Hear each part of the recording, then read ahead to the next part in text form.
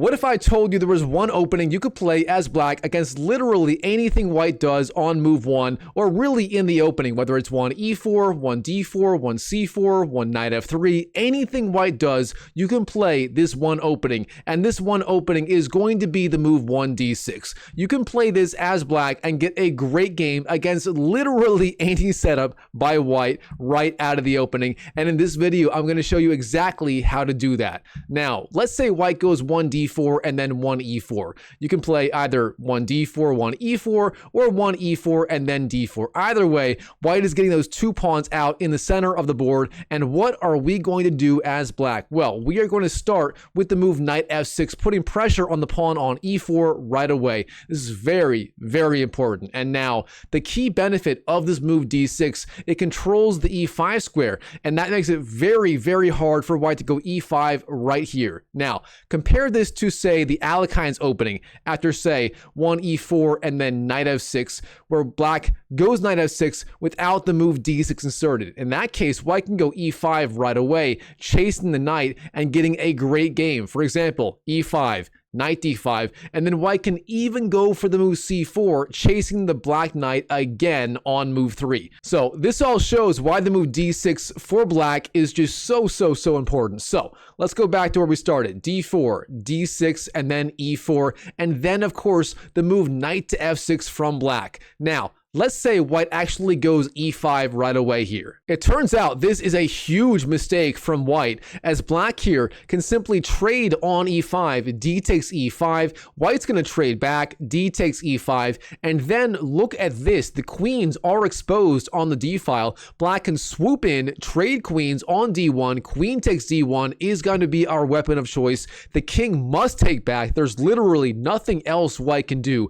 and here white already has 2 major problems. First of all, his king is stranded in the middle of the board. His king cannot castle as it already moved from e1 to d1 on the move prior. But beyond that, with the king on d1, it is not defending f2 at all, and therefore black can swoop in with the knight to g4 and pressure f2 right away, and bang, knight g4 is our move. And here, look at this knight already threatening the pawn on f2, threatening a deadly fork, at which point the king is going to be in deep trouble. I mean, look at this. If white allows black to capture on f2, he's going to lose the rook. His king and his rook are going to be forked. If white goes, say, h3 or anything else, knight takes f2 effectively decides the game on the spot. So all this to say, way back here in this position, white definitely should not go for the move e5, as then black takes on e5, trades queens, goes knight g4, and black is just crushing white out of the opening. So that is the benefit of the move d6, controlling e5. Now, what is white actually going to do right here in this position? Well, most white players are going to play knight to c3. The idea being you do defend the pawn on e4. That knight was attacking it, and now the knight on c3 does defend. But even in this position, black has a very simple way to proceed. Well, actually, black here has 2 main ideas. The first idea is to go g6 in the spirit of the Pirc defense. From there, black goes g6, bishop g7, short castles, and so on, and he has a very, very compact, stable setup on the king's side. Now, instead of that, I'm going to recommend a different idea, one that is very, very fun to play as black. I actually recommend the idea of c6 here. Now, what is the idea behind this move? It's very simple. We want to go queen to a5, targeting the knight on c3 and the king on the e1 square. From there, we're actually threatening the idea of knight takes e4, as that pawn on the e4 square will be completely undefended. For example, let's say white goes knight f3. A very logical idea. You bring the knight out, and now you have the knights and the pawns on e4 and d4 making a very good impression for white. But in this case, black is just going to swing out with the queen, bang, queen to a5, pressuring again the knight on c3 and the king on e1. And look at this. This knight on c3 is actually pinned to the king. It simply cannot go anywhere, and that means black actually is threatening knight takes e4 here, capitalizing on that pinned knight. For example, if white goes bishop e2, then our move is going to be bang, knight takes e4, gobbling up that free pawn immediately. And again, the white knight on c3 cannot take on e4, as then the king on e1 would be exposed to the attack of the queen on the a5 square. So with that in mind, white here is going to have to defend somehow, some way. But what are his options? Well, one idea is going to be bishop d2. The idea being you are now attacking the queen on a5. The knight on c3 is no longer pinned to the king. However, here black is going to show his key idea. In this position, the key move we play as black is actually the move e5. Now, this move here is so strong for black. What's the idea? Well, the queen on the a5 square actually defends the pawn on e5. For example, if white trades on e5, d takes, then we capture back with the pawn, and now the queen does control the e5 square. If white takes on e5, we capture his knight, as that is just a free piece in this position. So obviously, that would not be a good idea from white. So what else can white do? Well, let's say in this position, white tries to capitalize on the fact that the bishop on d2 has the x-ray attack on the queen on a5. Let's say white goes, for example, knight e2, trying to open up the attack on the queen. Well, in that case, all we have to do is simply drop back with the queen to b6. Queen b6 is our move, and now look at this. Black has so much pressure on the white position. The queen targeting d4, and very importantly, the b2 square. And beyond that, the pawn on e4 is also undefended. Black targeting that one as well. I mean, black here has so much pressure on so many different squares in the white position. All this to say, the move bishop d2 from white is nothing to fear. We just go e5 and get an excellent game as black. Now, of course, bishop d2 is not the main line from white. The main line from white is going to be bishop d3, developing the bishop and defending the pawn on the e4 square. Now here again, as we saw with the other idea, black is just going to go e5 and get a great game here. This is the main idea for black in this position. We go queen to a5, pressuring that knight on c3 and threatening knight takes e4. And if white defends with, say, bishop d3 or bishop d2, then our move is simply going to be e5 and putting pressure on that pawn on the d4 square. Now here, how should white continue in this position? Well, again, if white trades on e5, that is no problem for us. We trade back on the e5 square, and again, the queen controls the e5 square, stopping any sort of knight takes e5 ideas from white. Beyond that, if white goes for the idea of d5, that is also not dangerous at all. In fact, it may be a huge mistake from white. d5 is simply met by the idea of c takes d5, e takes, and then here, we can either capture on d5 immediately or play the even stronger idea of knight b to d7, blocking off this diagonal and threatening knight takes d5 on the very next move. For example, short castles is then met by the idea of knight takes d5, capturing on d5, and if white takes, we take back, and again, we're doing great. Our ideas include bishop e7, short castles, and so on, maybe knight f6, and black has just a really great game here. So, overall, after bishop d3, e5 is the move, and both d takes e5 and d5 are no good from white. So with that in mind, the main move here for white is going to be short castles. That is by far the most common idea. You just castle your king to safety, but here black has a bunch of different ways to continue. My favorite way here for black is actually bishop g4, a very active move. Immediately, we are pinning that knight on f3 to the queen on d1. If the knight moves to, say, I don't know, h4, you lose the queen on the spot, so that is obviously no good. But beyond that, with the pressure on the knight on f3, black is actually threatening d takes e4, or sorry, e takes d4, and again, white cannot recapture as that knight is pinned. For example, a3 is met by simply e takes d4, and bang, we are up the pawn, pressuring the knight on c3, and black has an outstanding game. So what can white actually do in this position? Well, one idea would be to defend the pawn on d4, and with that in mind, bishop e3 makes a lot of sense. But even here, black is doing just fine. Our idea is bishop e7, short castles, maybe rook e8, maybe knight bd7, and so on, and black has a very, very simple, compact setup. It is so easy to play, and actually so fun for black, especially at the beginner and intermediate level. Alright, bishop e7 is our move. Let's say white goes, I don't know, rook to e1, a logical idea, lining up the rook with the king on the e8 square. Well, in that case, we are just going to castle, get our king to safety, get our king out of the threat of the rook on the e1 square in the future. Now, let's say white goes h3. Sooner or later, white is going to go h3 and pressure that bishop. Now, we do have a very big choice here. Do we take on f3? Do we go back to, say, d7, back to h5? Well, in this case, I actually like the idea of bishop takes f3, giving up the bishop for the knight. Of course, white's going to have to recapture. Queen takes f3 is virtually forced. There's really nothing else he can do, and why did we just give up our light squared bishop? Well, it turns out white's light squared bishop on d3 isn't exactly a good piece. It might even be a so-called bad bishop. I mean, it's not doing a whole lot on this diagonal or on this diagonal right now. So black here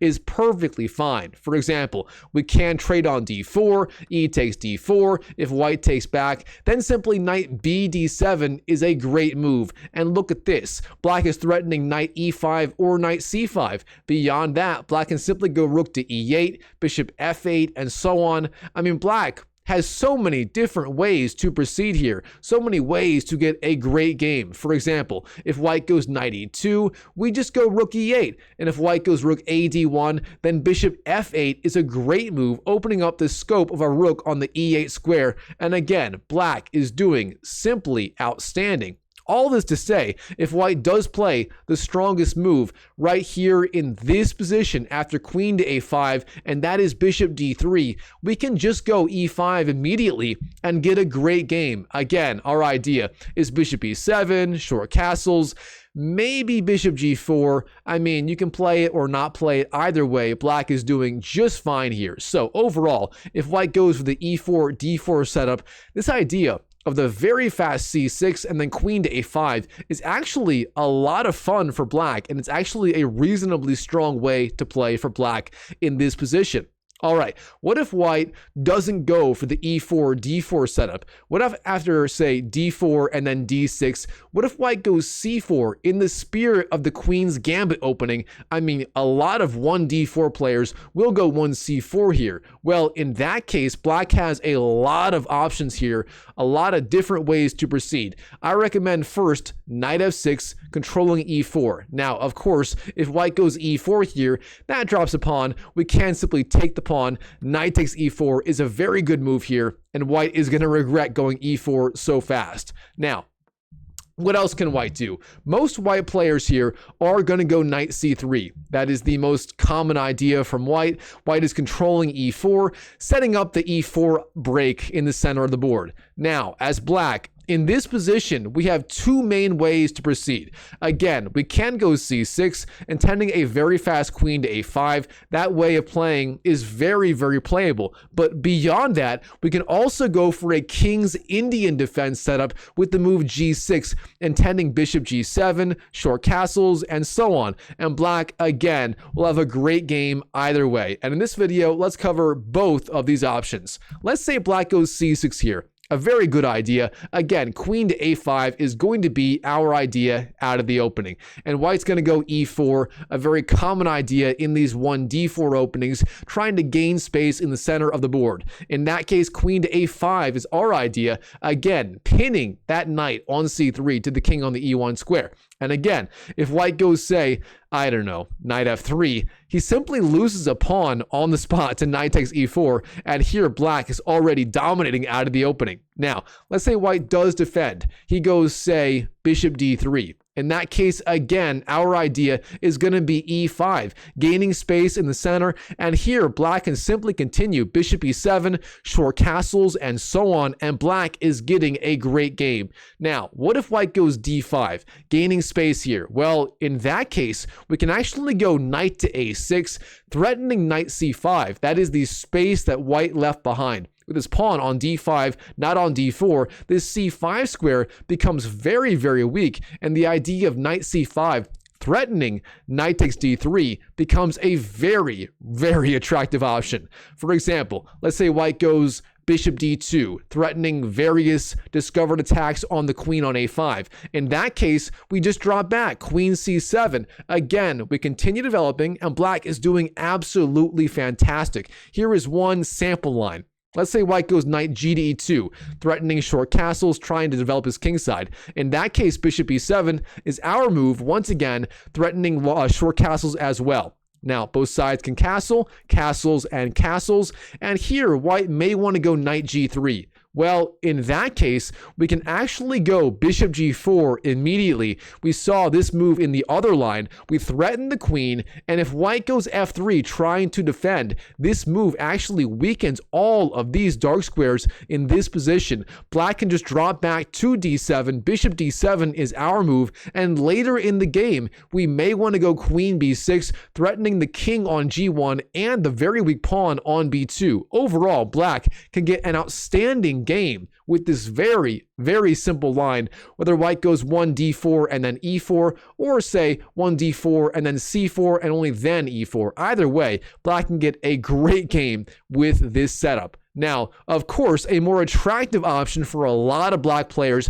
is going to be playing the move here in this position, actually g6 instead of c6, heading for a King's Indian defense setup. And I got to admit, the King's Indian as black is a lot of fun to play, especially at the amateur level. So let's see how we can play the King's Indian setup as black here as well after 1d6. So we're going to go, for example, 1d4, then d6, then c4, knight f6, knight c3, and then g6, heading for a King's Indian defense setup. Now white's going to go e4, gaining space, and we go bishop g7. And once again, the idea of e5 here is not threatening at all. If white goes e5, as usual, we trade on e5, then trade queens, forcing king takes d1, and white's king is now stranded in the middle of the board. And again, we can go say knight here, knight g4, threaten f2, threaten a very deadly fork here, and black is doing just outstanding. So obviously e5,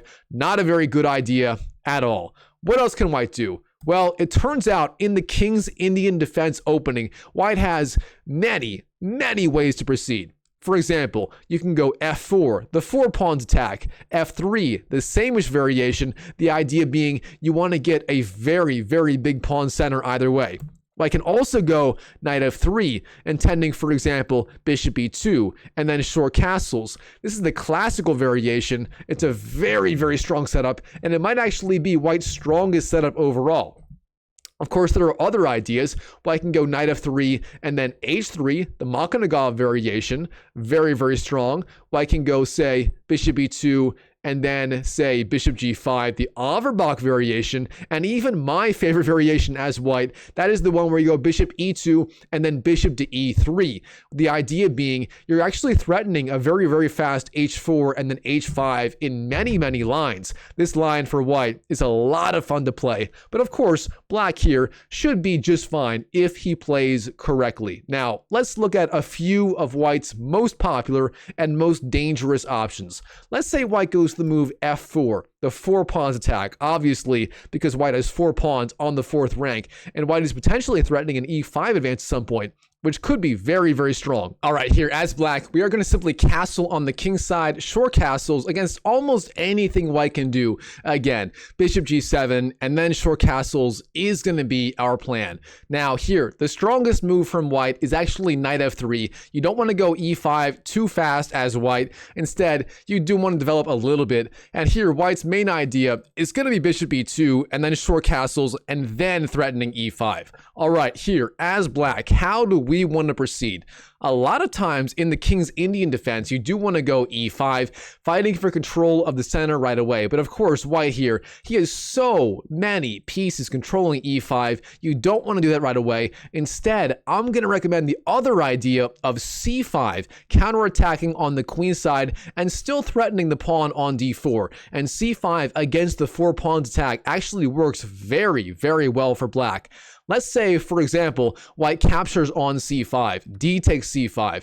Well, it turns out here that is a huge mistake because here black is going to play, it's our favorite move in this opening, let's be honest. The move queen to a5. I'm sure you've seen this move before so far in this video. The idea being, of course, the queen is very, very active on a5. And black is actually threatening knight takes e4 again, as that knight on c3 is pinned to the king on the e1 square. So black finding a way to play our favorite move in yet another position. And here, what can white do?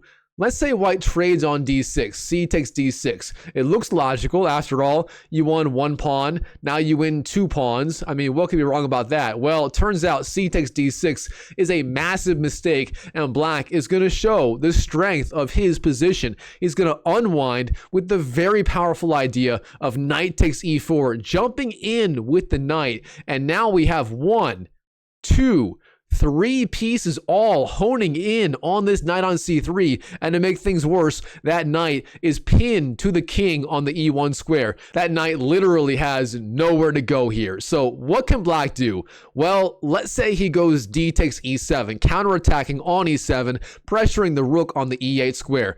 Well, we're actually going to ignore the threat on the rook on the f8 square, and instead we're going to fly in with the bishop and play the very strong move bishop takes c3, gobbling up that knight on c3. That bishop is a hungry hippo. It is feeding time for that bishop. We're trading on c3 with tempo on the king on the e1 square, and if white trades on c3, in this position we don't go queen takes c3. That would be a little bit premature. Instead, rook to e8 is the move, lining up the rook with the king and stepping out of the attack of the pawn on e7. Now, let's say white goes, for example, queen c2, trying to guard the c3 square. Not a bad idea at all. In that case, all we do is rook takes e7, gobbling up that pawn, and now we have so many discovered attack ideas against the king on the e1 square. For example, if white goes, for example, bishop e2 here, trying to defend, in that case, the move knight takes c3 is absolutely deadly. Now, if white castles, the bishop on e2 is going to hang as well. And beyond that, rook takes e2 is being threatened right now, trying to win the queen on c2, as that rook would fork both the king and the queen on c2. So overall, black here is getting tremendous play. So let's go back to, say, queen to a5. What should white be doing here? Well, the best move here for white may actually be bishop d2, trying to block the pin of that queen on the knight to the king on the e1 square. So now, of course, if black goes knight takes e4, that does not win a pawn, as then white can actually trade on e4, gobble up that knight, and have the discovered attack on the queen. So, all that to say, knight takes e4 here, not a good idea from black, but instead we can just go, say, queen takes c5, winning back that pawn, and black here is doing tremendous. He has very, very active pieces, and black has a great game. So overall, the 4 pawns attack, nothing to be afraid of. We go c5, actually short castles, and then c5, and if white trades on c5, we're doing excellent. And instead, if white goes d5, then we just go e6, intending e takes d5, and black gets tremendous counterplay. For example, bishop e2, we trade on d5, and if white trades back, then bang, bishop g4, and as usual, we're getting very active play. Our queen can go to, say, a5, our rook to e8, and so on. By now, you should know all of these squares for these black pieces. Black gets a great game. Now, what else can white do? Let's say white goes for the classical variation with knight f3, intending a very fast bishop e2, and then short castles. In that case, black again has many ways to proceed. One of my favorites is you castle, white goes bishop e2, or anything else, and then we go e5, fighting for control of the center of the board. Now, white here has many options, but they're not that dangerous. If white trades on e5, for example, d takes e5, that often leads to an endgame after, say, queen takes and then rook takes, and here black is doing just fine. Let's say instead of that, white goes d5. Well, in that case, black has many ways to proceed once again, but the main idea is you want to go at some point knight h5 and then f5. You can do it right away. You can delay it and go, say, c6 first. You can go, say, a5, knight a6, knight c5, and then play on the king side, knight h5 and f5. Black has a lot of ways to proceed. And the main move here, of course, for white is going to be short castles. And in this case, the old main line for black is it's called the Mar del Plata variation. You go knight c6, but these lines are insanely complicated. For example, white can go d5, gaining a tempo on that knight. Black usually goes knight c to e7, and from here, white can go b4, for example, threatening c5. That is the bayonet attack. And white does have some dangerous ideas here, so with that in mind, I don't necessarily recommend the Mar del Plata variation. Instead, on move 7, in this position, instead of knight c6, I recommend actually trading on d4, giving up our pawn on e5. So, e takes d4 is going to be our move, and this move is very, very tricky already. For example, if white goes queen takes d4, this is a huge mistake. We're just going to go rook to e8. And get a load of this. In this position, after rook to e8, we're actually threatening knight takes e4 with the discovered attack of the bishop on the queen on d4. This is very, very dangerous for white. For example, let's say white goes h3, kind of a wasted move. Then bang, knight takes e4, wins the pawn, and you can't take the knight as the rook defends it. But beyond that, the bishop attacks the queen on d4. This is so dangerous for white. So obviously, you don't take the pawn on d4 with the queen. Instead, you take with the knight on f3. Knight f3 takes d4 is the right move, but here again, black is ready as usual. We just go rook to e8, lining up our rook with the pawn on e4, and this rook now is very, very active. And look at this. The knight and the rook target the pawn on e4, and white's going to have to defend. And one of the most common ways to defend is going to be f3. But in this position, we get tremendous play against these weakened dark squares in the white position. For example, knight c6 here is a very strong move, threatening knight takes d4 in certain lines. And let's say white goes bishop e3, a good idea, trying to guard these dark squares with that dark squared bishop. Well, in this position, black actually has a very dangerous trap. We can actually play the move knight to h5, jumping out with the knight, and this move is very dangerous. For example, let's say white goes queen d2, a very common move, lining up the queen and the bishop on this diagonal, threatening potentially bishop h6 ideas. Well, in this position, black is going to trade on d4, knight takes d4, white's going to trade back, bishop takes, and then here, in this position, black has the beautiful tactical idea of knight to f4. Now, what is the idea behind this move? Are we literally giving up a knight for free to the queen? Well, it turns out, no, we are not. If white takes the knight, queen takes f4, then we have the move bishop takes d4, winning the dark squared bishop with tempo, hitting the king on g1. The king's got to move, and from there, we are the only one with a dark squared bishop, and this bishop is just so active. I mean, it controls all of these squares. It threatens the knight. It might be the strongest piece in this position in terms of, like, relative value.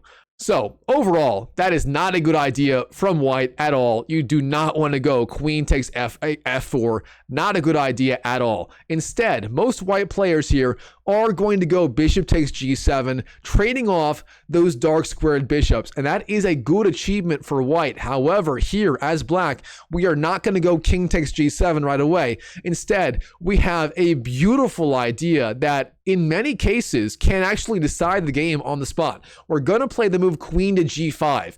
And here, of course, the idea is queen takes g2 checkmate. We're trying to checkmate white in the opening immediately. And how is white supposed to defend? Let's say white goes g3, trying to defend against the threat. Well, in this position, Black has a beautiful tactical shot. If you like puzzles, pause the video right now and try to find the way to win as Black right here in this position. And while you're at it, go and smash that YouTube like button for more videos just like this. And also, feel free to comment down below, what is your favorite idea that you saw so far in this video? Feel free to leave your comment down below. I'm trying to read all messages to my new videos, so I'll try to get back to you if you do comment. Well, in this position, the key move for Black is going to be knight to h3, and get a load of this. First of all, this move puts the king under pressure, and if white moves the king, say to g2, trying to attack the knight, first of all, that knight is defended by the bishop. Bishop on c8 defends the knight. But beyond that, the queen on d2 is actually undefended. And here we can swoop in with our queen, win the queen on d2. Queen takes d2 is the idea, and Black is completely winning. That is the idea here, or one of them. Black is actually threatening knight h3 check, hitting the king, but also attacking the undefended queen on d2. And in this position, after queen g5, a lot of white players are going to resign on the spot, as there's no way to defend against all of these threats. Now, it turns out white can actually defend if he finds one very, very precise move. And the only move to stay in the game here as white is king to f2.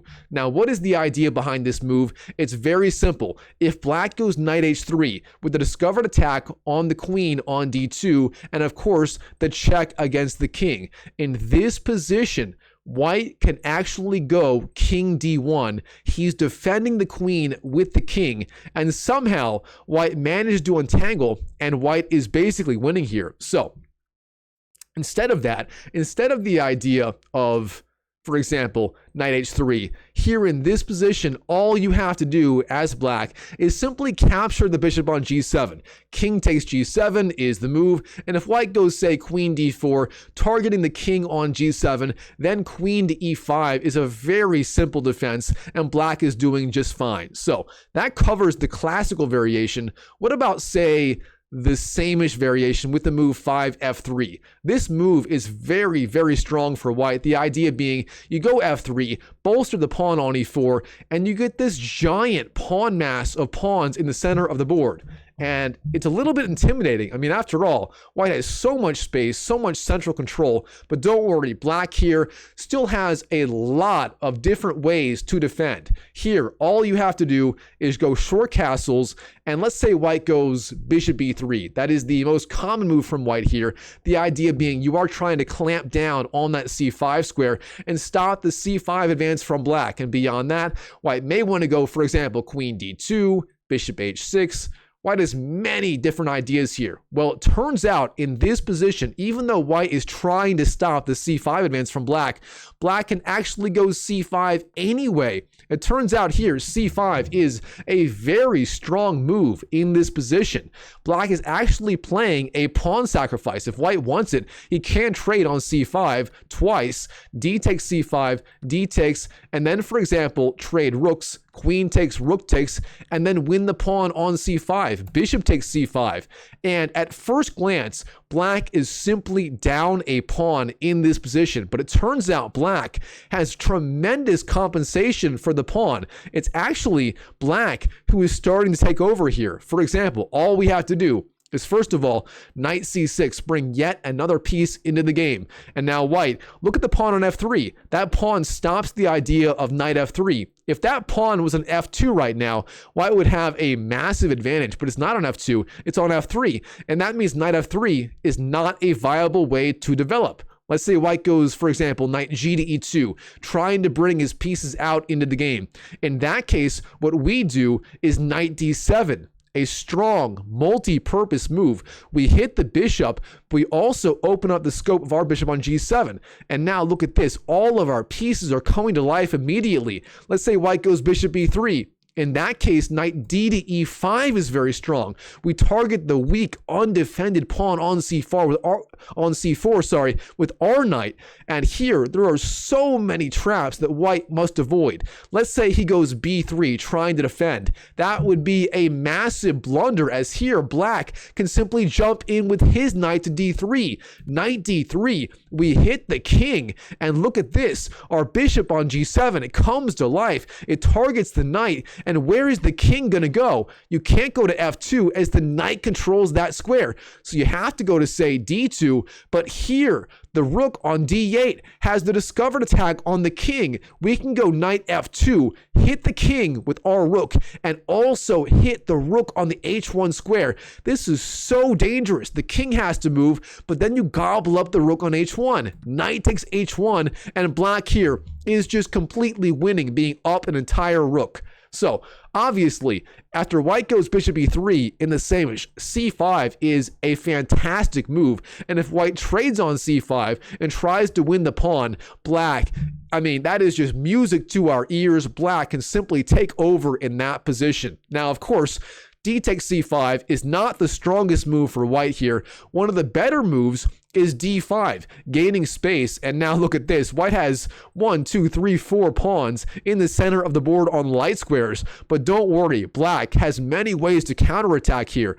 I recommend the move e6 in the spirit of the modern Ben-Ami opening. The point being, we are going to trade on d5 and get tremendous counterplay once the e file opens up. For example, white may want to go queen d2. It's a logical idea. You're setting up, for example, long castles, bishop h6, and so on. In this position, we just trade on d5, e takes, c takes, and then we go rook to e8. As usual, our rook on e8 in these lines in the King's Indian defense, even the other lines we saw in this video, that rook on e8 is lining up with the white king on the e1 square, and it is very, very strong. All right, from here, white obviously has to develop his king side. His knight on g2 or g1, his bishop on f1, and his rook on h1 do not make a good impression. Therefore, knight g to e2 is a logical move, but then black can simply go knight b d7. That knight is now eyeing the e5 square, and beyond that, black has many other ideas. Rook b8, a6, b5 is one idea,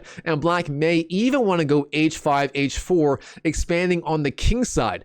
For example, if white goes knight g3, trying to unwind his pieces, a very common idea. You go knight g3, bishop e2, short castles. But here, black has the very strong pawn advance, h5, in the spirit of alpha 0. The point being, we can now go h4, kick back that pony on g3, and get a great game. So, for example, bishop e2 is met by the move h4, again, driving back that knight. And if it goes to f1, knight f1, in this position, black actually has a beautiful pawn sacrifice, the move b5.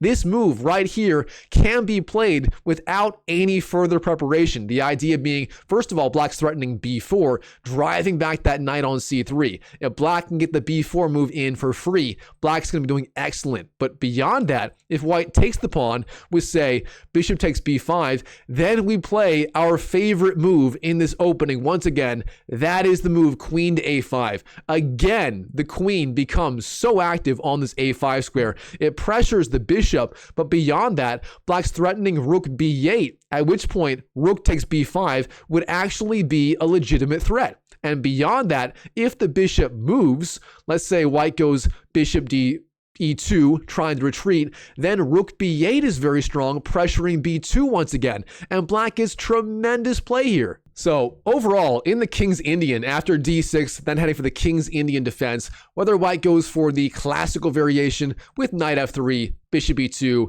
short castles, or say the same-ish, the 4 pawns attack. I mean, no matter what white does, black always goes for his favorite setup of bishop g7, short castles, and then trying to find a way to counterattack in the center with, say, e5 or c5.